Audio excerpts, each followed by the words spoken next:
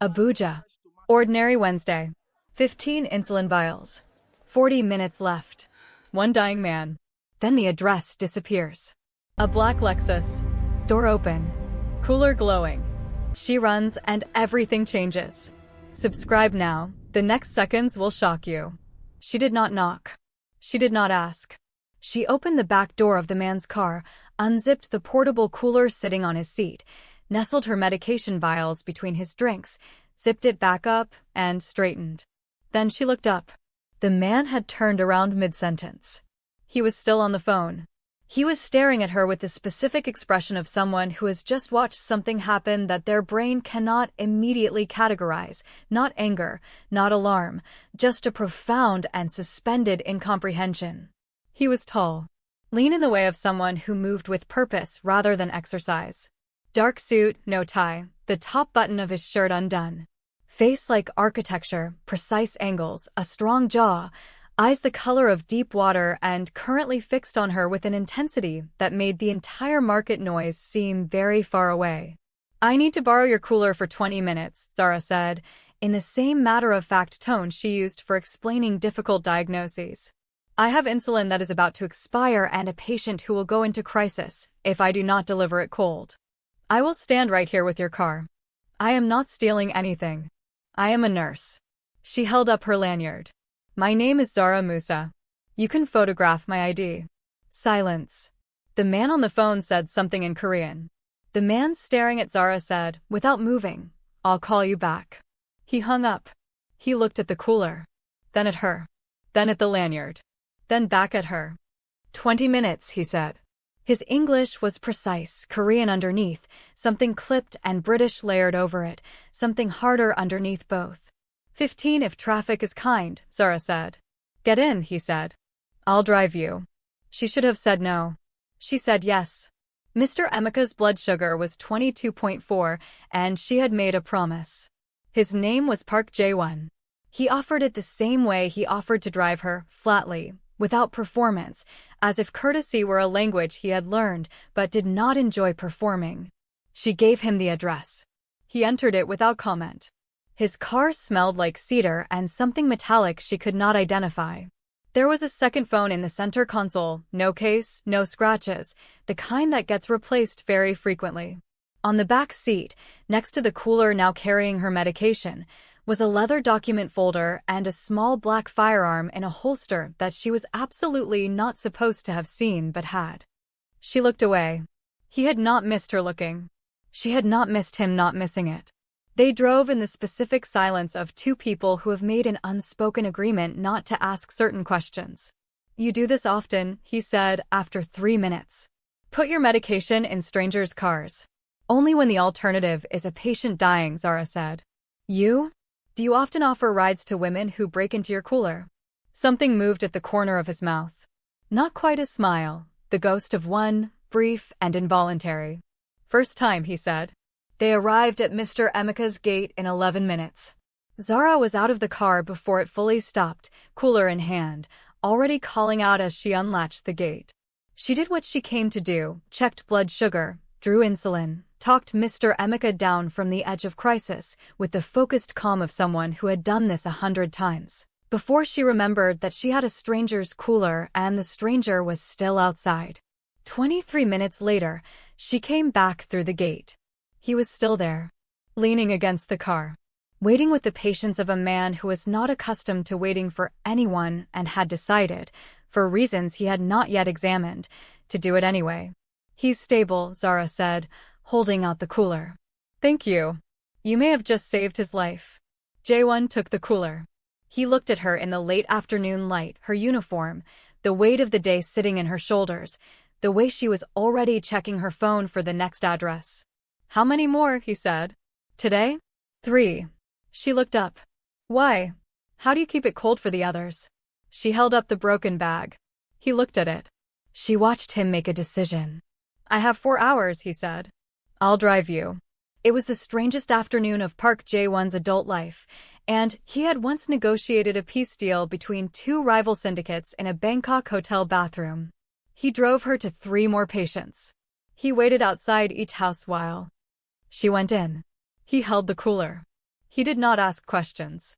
He watched the way she moved, purposeful, unhurried in the way that was not slowness, but precision, like every motion was calculated before she made it. He watched the way people's faces changed when they saw her. The relief in them. The way an old man called her name from his window before she even reached the gate, warm, like the word itself was medicine. Jae-won ran a distribution network across 6 West African countries. He employed 400 people directly and had financial relationships with twice that number. He had built something that required fear to sustain and absolute reliability to protect. This woman had built something that required only showing up. Every single time. With a broken bag and borrowed refrigeration and no backup plan except herself. He could not explain why that disturbed him in the precise, persistent way that it did. After the 4th patient, an 8-year-old girl named Sadia with type 1 diabetes, whose mother met Zara at the door with the specific terror of parents who have learned to always be afraid, they sat in the dusk quiet of the car. "You didn't ask," Zara said. She was looking out the window. "About the gun." "I figured you'd tell me if it was relevant," she said, before he could answer. "Or you wouldn't. Either way, I needed the cooler and you needed to decide who you were in that moment." She turned to look at him. Direct. Unafraid in a way that was not recklessness, but something more deliberate, the courage of a woman who had stood at enough bedsides to know that fear was a luxury she could not afford. "Who are you, Jae-won?" "Someone who drove a nurse around Abuja for 4 hours," he said. "That's who you were this afternoon," she said. "I'm asking about the rest." "The rest is not something you want to know." "Maybe," Zara said.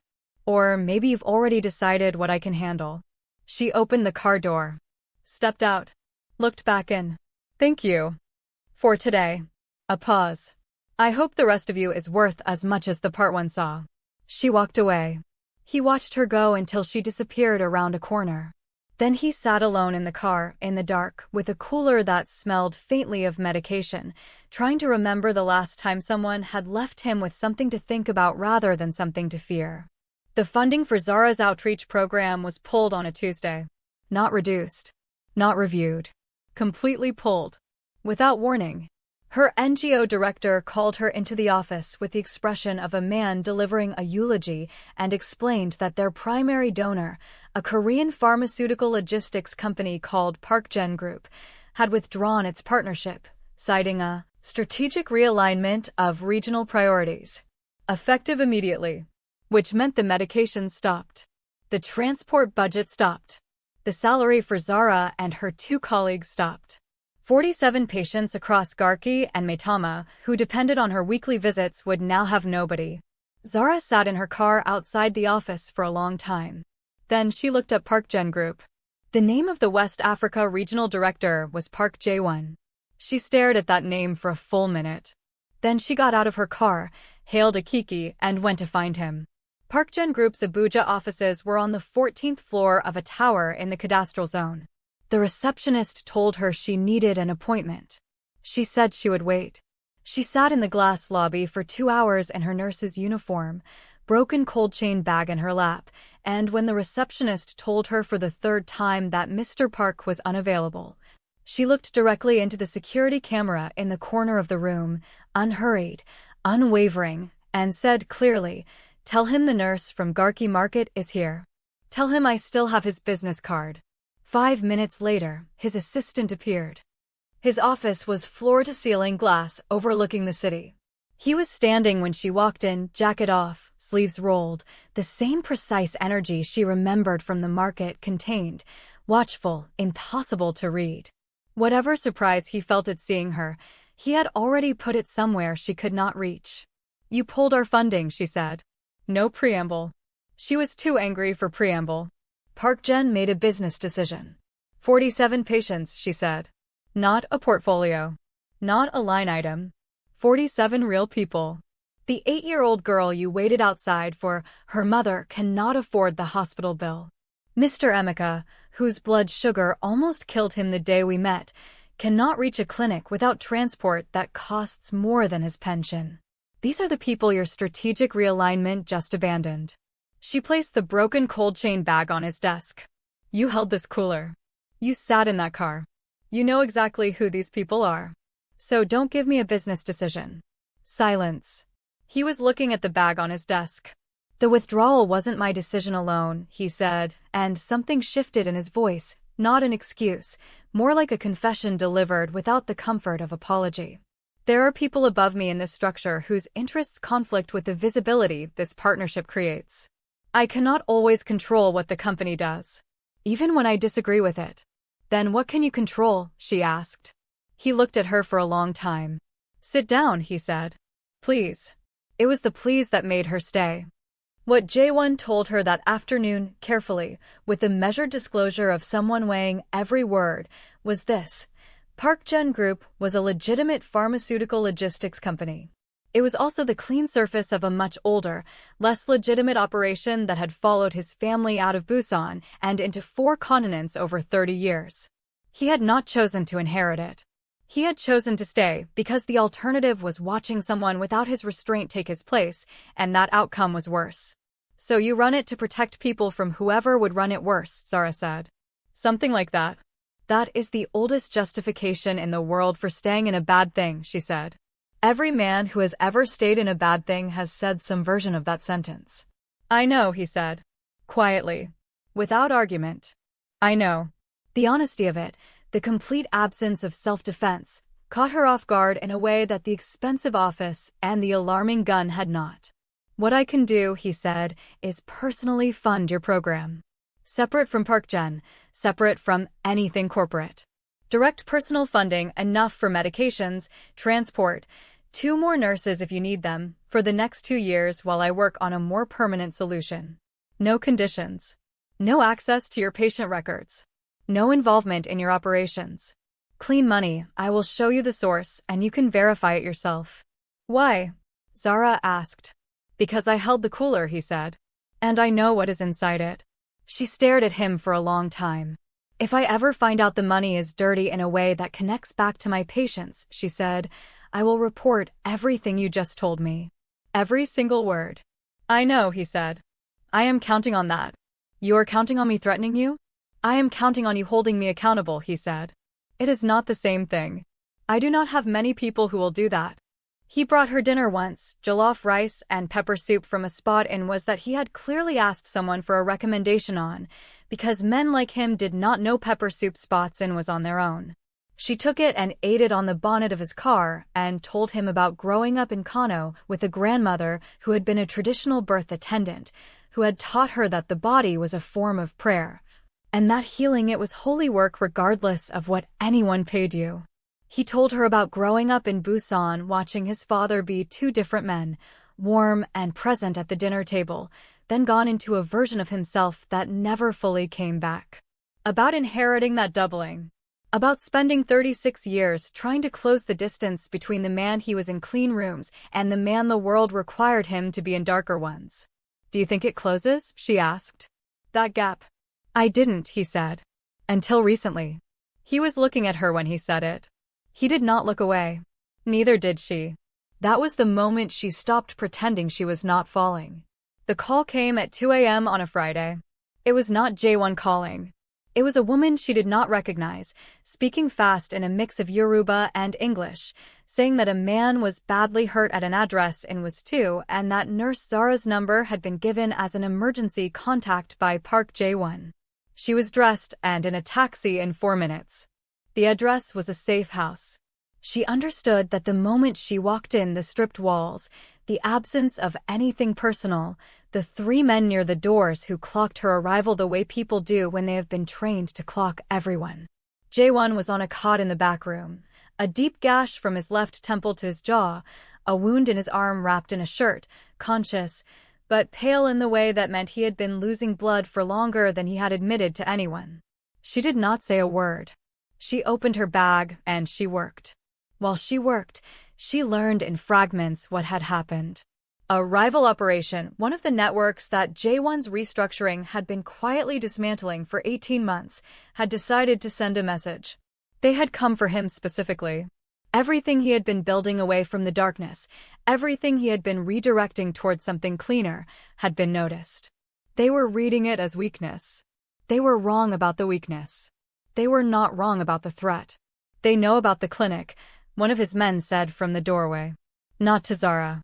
To Jae-won. They know about the nurse. Zara's hands did not stop moving. She cleaned the wound. She sutured the arm. She was more frightened than she had been in her adult life, and she did not show it, because frightened hands cost people their lives, and she had made a promise to the version of herself that chose this work. She would always be the calm in the room. When she was done, she sat back and looked at him. You made me a target, she said. Not accusing. Stating a fact. Yes, he said. No argument. No softening. I didn't intend to. But intention doesn't change what happened. His eyes, heavy with blood loss and something that had been accumulating for months, held hers with a steadiness that cost him. If you need to disappear from this, from the clinic, from me, I will make it happen tonight. New location, new funding, your name nowhere near mine. I will protect you from a distance you never have to close again. And you, she asked. I will deal with what I built, he said. And try to finish what I started. He closed his eyes for just a second, not defeat, but the exhaustion of someone who has been carrying something very heavy for a very long time. I am tired, Zara. Of the thing I have been and the thing I am trying to become and the gap between them. I am so tired. She was quiet for a long moment. She thought about her grandmother's hands. Study over a woman in labor in a room with no equipment and no backup, certain only of herself and the work. My grandmother said that healing is not the same as fixing, Zara said slowly. She said fixing is for things that are broken. Healing is for things that are alive. You cannot heal what you run from. You can only heal what you stay with. She looked at him. I am not running. But I need you to stay too. Not just the version of yourself you bring to the clinic. The hard version. The one you are ashamed of. Because I cannot help carry what I cannot see. You would stay, he said. As if he were saying the word in a language he had studied for years, but never expected to actually speak. I stayed at 47 doors until people were stable, Zara said. That is what I do. A beat. But I need the truth. Not all of it tonight. Over time. As much as you can. I will not be the person who finds out later. The truth is ugly, he said. So are most wounds before they close, she said. The clinic on Garki district had expanded. 2 rooms had become 5. The staff had grown from Zara alone to Zara plus 3 nurses and a part-time pharmacist named Alhaji Bello, who had come out of retirement because he was tired of watching his grandchildren scroll phones all day and needed to feel useful. The patient list had grown from 47 to 112. On Tuesday mornings, a local secondary school sent students for basic health education, and Sadia, now 9, with opinions about everything, had announced she was going to be a doctor, not a nurse, because doctors got to give the orders. Zara had reported this back to Jae-won with great amusement. He was not in Abuja as often as he had been. The restructuring of the park network demanded his presence across cities he could not always name to her. There were nights she did not hear from him and lay awake counting silence. There were still things he could not say and things she had chosen not to ask. The gap between his 2 selves had not closed entirely. It was smaller. It was closing. It was enough for now. She had decided that. On the morning he came back from a 3-week absence, quieter than usual, with new weight behind his eyes that meant whatever he had been doing had cost him, she met him at the clinic door. He had a new cold chain bag in his hand. Professional grade. Insulated and waterproof with multiple compartments and a digital temperature reader on the side. He held it out to her. So you never have to put medication in a stranger's cooler again, he said. Zara looked at the bag. Then at him. If I hadn't, she said, none of this would have happened. Something shifted in his face, the particular softening of a man who has spent his whole life braced for impact and is, very slowly, learning what it feels like to stand still. No, he said quietly. It wouldn't have. She took the bag. She stepped aside and let him in. Inside, Mr. Emeka was telling Alhaji Bello a story about something that happened in 1987. Sadia was at the waiting room table doing homework and loudly explaining to one of the nurses why doctors were superior, and the nurse was losing the argument. The temperature reader on the medication fridge glowed green. Outside, The Abuja morning was doing what Abuja mornings always do, hot and fast and entirely indifferent to the small, enormous things happening inside its walls. Park Jae-won stood in the doorway of a clinic built on a broken cold chain bag and a stranger's cooler and the specific stubbornness of a woman who had never once learned how to not show up. He felt something he had no clean word for in any of the 3 languages he spoke. He stepped inside. The door closed behind him. And something not finished, not fixed, but alive and leaning toward the light kept growing.